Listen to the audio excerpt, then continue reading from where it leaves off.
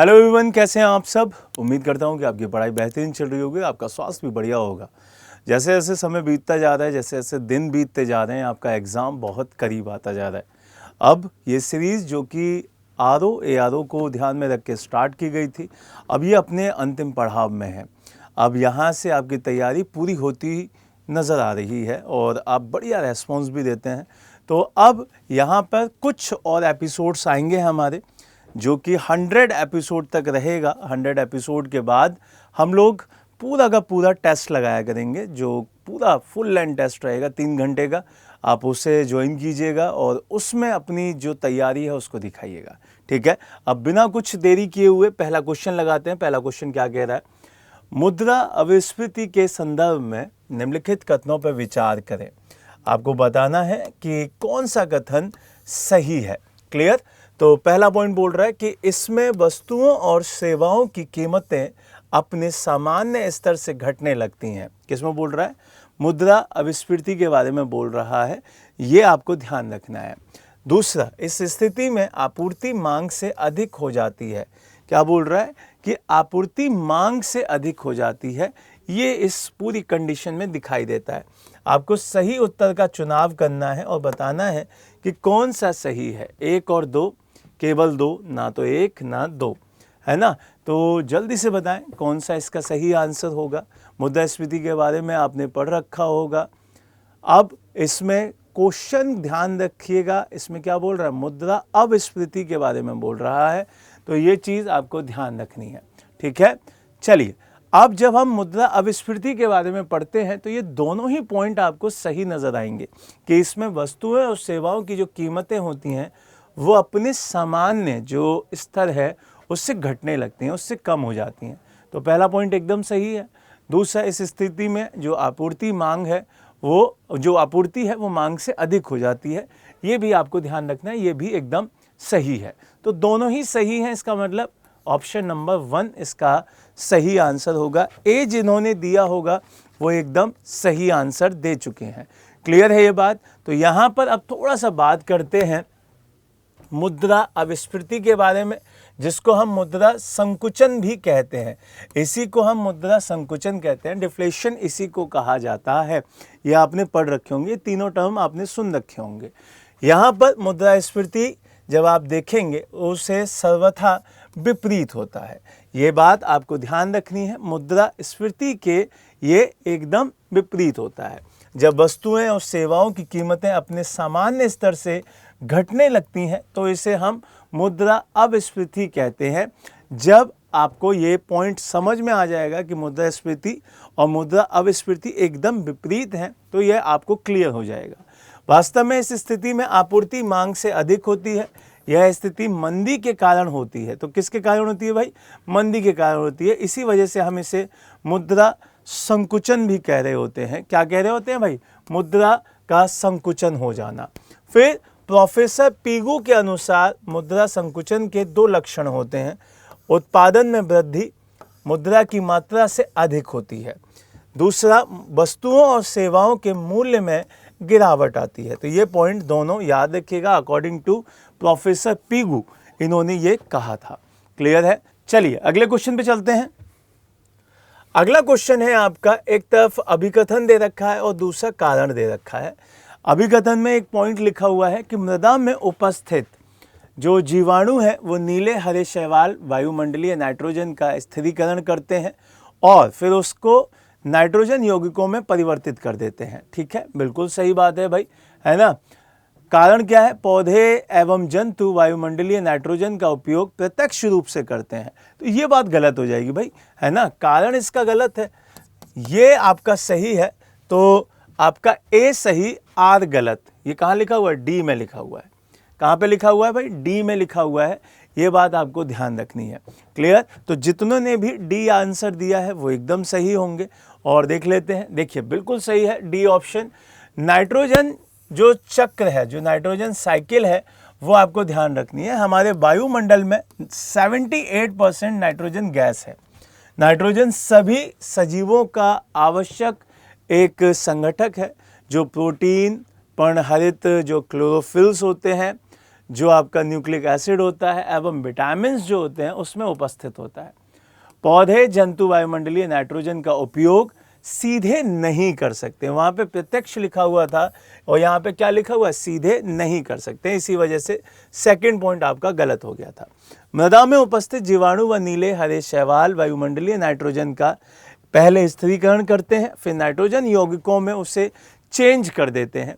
जब नाइट्रोजन इस प्रकार के उपयोगी जो यौगिक हैं उनमें चेंज हो जाती है और पौधे इसका फिर यूज़ करके जो मृदा है उसमें जड़ तंत्र के द्वारा इसका यूज़ करना स्टार्ट कर देते हैं। इसी वजह से आपका ए पॉइंट सही था और आर पॉइंट आपका गलत था। क्लियर है? चलिए अगला क्वेश्चन देखते हैं। निम्नलिखित में से किस प्रकार की किस विकार की वजह से जो आपको मनुष्य का कद छोटा होता हुआ दिखाई देता है? छोटा होता हुआ मतलब वो छोटे रह जाते हैं हाइट में। आपने नोटिस किया होगा बहुत सारे लोगों का कद ज़्यादा नहीं हो पाता, तो वही पूछ रहा है। और ये क्वेश्चन मैंने आपको बताया भी था कि ये जितने भी कम हाइट के लोग होते हैं उनका क्या कारण होता है, ये क्वेश्चन मैंने आपको पढ़ाया हुआ भी है ना। तो जो आपका पहला है टर्नर सिंड्रोम, दूसरा डाउन सिंड्रोम, तीसरा क्लाइनफेल्टर सिंड्रोम और चौथा है आपका एक्वायर्ड इम्यूनोडेफिशिएंसी सिंड्रोम। तो यहाँ पे मैंने आपको पढ़ाया हुआ है कि ये छोटे डाउन, तो इसका सही आंसर भाई क्या हो जाएगा, बी ऑप्शन हो जाएगा। ये मैं कई बार बता चुका हूँ, जो कम हाइट के लोग रह जाते हैं उनको डाउन सिंड्रोम की बीमारी होती है, उसी वजह से ये आपको दिखाई देगा कि छोटे कद के लोग दिखाई देते हैं। डाउन सिंड्रोम एक आनुवांशिक विकार का पूरा लक्षण दिखाई देता है। आनुवांशिक विकार होता है जिसके कारण 21वें क्रोमोसोम की एक अतिरिक्त प्रति का आ जाना, 21 की जो त्रिसूत्रता है वो हो जाती है। अब इतना डेप्थ में जाने की आपकी ज़रूरत नहीं है, आपको सिर्फ क्या करना है, डाउन सिंड्रोम का नाम याद रखना है, वो बीमारी याद रखनी है कि भाई इसकी वजह से हाइट कम रह जाती है, ठीक है। और इस विकार का सर्वप्रथम जो खोज किया था वो किसने किया था, लैनगंडम डाउन ने किया था। इसी वजह से इनका नाम की ही वजह से वो आपका डाउन सिंड्रोम नाम दे दिया गया। क्लियर है ये बात? चलिए अब ये चौथा क्वेश्चन देखते हैं भाई। यहाँ पे अभिकथन दे रखा है और एक कारण दे रखा है, और यहाँ पे आंखों की बीमारी से एक रिलेटेड क्वेश्चन है। क्वेश्चन क्या है, निकट दृष्टि दोष युक्त व्यक्ति का दूर बिंदु अनंत पर ना होकर नेत्र के पास आ जाता है। पहला पॉइंट तो ये कह रहा है, ठीक है। दूसरा क्या बोल रहा है, दूसरा बोल रहा है दूर रखी वस्तु का जो प्रतिबिंब होता है वो दृष्टि पटल पर ना बनकर दृष्टि पटल के सामने बनता है, ठीक है। बिल्कुल सही है, ये दोनों ही पॉइंट सही हैं और एक दूसरे की व्याख्या भी करते हैं, है ना। ये दोनों ही सही है और एकदम सही है, तो दोनों पॉइंट अगर यहाँ पे आएंगे तो एकदम सही हो जाएगा। देखो निकट दृष्टि दोष जिसको हम नियर साइटेडनेस भी कहते हैं, ये चीज़ आपको ध्यान रखनी है। अब इसमें क्या होता है, इसमें निकट दृष्टि दोष युक्त कोई व्यक्ति है तो निकट रखी वस्तुओं को तो वो स्पष्ट देख सकता है, लेकिन दूर की वस्तुओं को नहीं देख सकता। तो यहाँ पे बिल्कुल कंफ्यूज मत होइएगा कि शॉर्ट साइटेडनेस है, नियर साइटेडनेस है तो हमें पास की नहीं दिखेगी, नहीं, पास की बिल्कुल क्लियर दिखती है लेकिन दूर की नहीं दिखती है। समझ में आ रहा है? तो ये चीज़ आपको ध्यान रखें। दूसरा, ऐसे दोषयुक्त वाले जो व्यक्ति होते हैं वो दूर बिंदु अनंत पर ना होकर नेत्र के पास आ जाता है।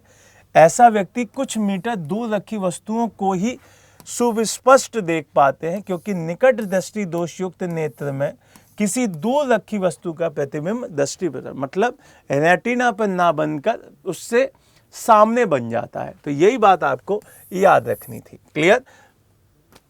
चलिए, अच्छा एक चीज़ और याद रखिए कि जब हम इस पूरे सेगमेंट को पढ़ रहे होते हैं तो इस दोष को किसी उपयुक्त क्षमता के अवतल लेंस, जिसको हम अपसारी लेंस भी कहते हैं, उसके द्वारा ठीक कर सकते हैं। ये बात याद रखिएगा। किस लेंस से? अवतल लेंस से। चलिए अगले क्वेश्चन पे चलते हैं। अभिकथन दे रखा है और फिर से कारण दे रखा है। टर्नर सिंड्रोम विकार से प्रभावित महिलाओं में बांझपन की समस्या पैदा हो जाती है। इस विकार से प्रभावित महिलाओं में द्वितीयक लैंगिक लक्षणों का अभाव होता है। किसकी बात कर रहा है? टर्नर सिंड्रोम की बात कर रहा है। अभी हमने थोड़ी देर पहले डाउन सिंड्रोम के बारे में पढ़ा था, अब टर्नर सिंड्रोम के बारे में पढ़ रहे हैं। क्या ये कौन से पॉइंट सही हैं? तो ये दोनों ही पॉइंट सही हैं भाई। जब आप दोनों पॉइंट को मिला के देखेंगे तो एक दूसरे की व्याख्या करता हुआ भी नज़र आएगा। तो ए ऑप्शन इसका सही हो जाएगा कि भाई टर्नर सिंड्रोम इस प्रकार के जो कारण एक जो एक्स क्रोमोसोम है उसका अभाव हो जाता है, अर्थात 45 क्रोमोसोम की जो स्थिति होती है वो बनती है। ऐसी नारी बांझ होती है क्योंकि अंडाशय अल्प वर्धित होते हैं और द्वितीयक लैंगिक लक्षणों का अभाव होता है। इसी वजह से आपको ये चीज़ ध्यान रखनी है कि टर्नर सिंड्रोम अगर विकार है तो उसकी वजह से जो महिला है वो बांझ हो जाती है, वो फर्टिलिटी उनकी कम हो जाती है। ठीक है। छठा क्वेश्चन, निम्नलिखित में से कौन सा एक युग्म सही सुमेलित नहीं है? अब आपको विटामिन्स दे रखी हैं और पूछ रहा है कौन सा सही नहीं मिला हुआ है, आप बताइए, है ना। तो यहाँ पे विटामिन ए याद रखना है, नाइट ब्लाइंडनेस बिल्कुल होता है भाई। विटामिन सी स्कर्वी रोग हो जाता है। विटामिन डी रिकेट्स हो जाता है। अब बचाइए तो यही नहीं होगा भाई साहब, तो डी ऑप्शन आपका सही हो जाएगा, है ना, क्योंकि वहाँ सही सुमेलित पूछ रहा है कि कौन सा नहीं है। विटामिन ई, विटामिन डी, ये सारे के सारे इंपॉर्टेंट हैं भाई। विटामिन के में याद रखना है रक्त का जो थक्का है, जो ब्लड क्लॉट है वो नहीं जम पाता है, इसी वजह से क्या होता है, ब्लड बहता रहता है और डेथ हो जाती है। विटामिन ई जो आरबीसी की भुरभुरेपन की वृद्धि हो जाती है और मांसपेशियों में कमजोरी हो जाती है, ये बात याद रखनी है। ठीक है, चलिए आगे बढ़ते हैं, सातवां क्वेश्चन देखते हैं। सातवां क्वेश्चन क्या कह रहा है? कार्बोहाइड्रेट के संदर्भ में निम्नलिखित कथनों में से कौन सा सही है? आपको बताना है। नीचे दिए गए कूट सही उत्तर का चुनाव करें। मानव शरीर में कार्बोहाइड्रेट ग्लाइकोजन के रूप में संग्रहित रहता है। वनस्पतियों में कार्बोहाइड्रेट स्टार्च के रूप में संचित रहता है। आपको दोनों पॉइंट पढ़ने हैं और सही उत्तर का जवाब देना है, क्योंकि कार्बोहाइड्रेट आपने अगर पढ़ रखा होगा तो आप आंसर बहुत इजीली दे पाएंगे। अब इसके दोनों ही पॉइंट सही है कि मानव शरीर में कार्बोहाइड्रेट ग्लाइकोजन के रूप में क्या रहता है, स्टोर रहता है। दूसरा, वनस्पतियों में कार्बोहाइड्रेट स्टार्च के रूप में स्टोर रहता है। तो दोनों पॉइंट एकदम सही हैं। सी ऑप्शन इसका सही जवाब होगा। क्लियर है? तो सी ऑप्शन जितनों ने भी दिया है वो एकदम सही है और ये याद रखिएगा। अगला क्वेश्चन सेलुलोज से रिलेट करके क्वेश्चन है। सेलुलोज के संदर्भ में निम्नलिखित कथनों पर विचार करें और कौन सा सही है उसका उत्तर का जवाब दें। ठीक है, यह विशिष्ट रूप से केवल पौधों में मिलता है। यह एक अकार्बनिक पदार्थ है। सेलुलोज के बारे में बात कर रहे हैं, तो ये पॉइंट यहाँ पे गलत हो जाएगा। ठीक है, ए पॉइंट एकदम सही है, तो केवल एक सही होगा। ए ऑप्शन इसका सही जवाब होगा कि भाई सेलुलोज विशिष्ट रूप से केवल पौधों में मिलता है तथा यह वनस्पति जगत में प्रचुरता में उपलब्ध कार्बनिक पदार्थ है। कैसा पदार्थ है भाई? कार्बनिक पदार्थ है। अकार्बनिक नहीं है, कार्बनिक है। तो दूसरा वाला पॉइंट आपका गलत, पहला वाला सही। यह पौधों की कोशिकाओं की जो कोशिका भित्ति है उसका प्रधान अवयव है। सेलुलोज बीटा डी ग्लूकोज जो ग्लूकोज है उससे बनी हुई रिजु श्रृंखला युक्त पॉलीसेकेराइड के, जिसमें एक ग्लूकोज इकाई के C1 तथा दूसरी ग्लूकोज इकाई C4 के मध्य ग्लाइकोसाइडी बंध बनाता है। क्लियर है? तो ये चीज़ आपको ध्यान रखनी है। ये पहला पॉइंट एकदम अच्छे से याद कर लीजिएगा, यही आपके काम आएगा और यही आपको याद रखना है। अगला क्वेश्चन देखते हैं भाई। निम्नलिखित में से किसका उपयोग शल्य चिकित्सा में एक निश्चेतक के रूप में किया जाता है? जो बेहोश करने के काम आता है भाई, वो बताना है कि वो कौन सा है। तो यहाँ पे आपको याद रखना है सीधे सीधे कि कौन सा निश्चेतक होता है जिससे हम यूज़ करते हैं सर्जरी के टाइम में, तो वो होता है भाई हैलोथेन। कौन सा होता है भाई? बी ऑप्शन हैलोथेन याद रखना है, उसी को यूज़ करते हैं बेहोश करने में। ठीक है, तो बी ऑप्शन याद रखना है। जितने भी डॉक्टर्स वगैरह होते हैं वो हैलोथेन का यूज़ करते हैं अपनी जो सर्जरी के टाइम में बेहोश कर रहे होते हैं, तो वो यही होता है। ठीक है, चलिए लास्ट क्वेश्चन। निम्नलिखित में से कौन सा सही सुमेलित नहीं है? आपको इसका आंसर कमेंट बॉक्स में देना है और उम्मीद करता हूं कि आप बढ़िया से पढ़ के देंगे और चीज़ों को तैयार करके देंगे, क्योंकि एग्ज़ाम बहुत करीब है। अब बिल्कुल भी आप लापरवाही ना करें और हम जल्द ही full length test series start करने वाले हैं, तो उसका भी फ़ायदा उठाएं। ठीक है, चलिए आज के लिए इतना ही, बढ़िया से पढ़ते रहिए, कल हम इसका जवाब ज़रूर बताएंगे आपको। आज के लिए bye bye, take care, God bless, जय हिंद, जय भारत।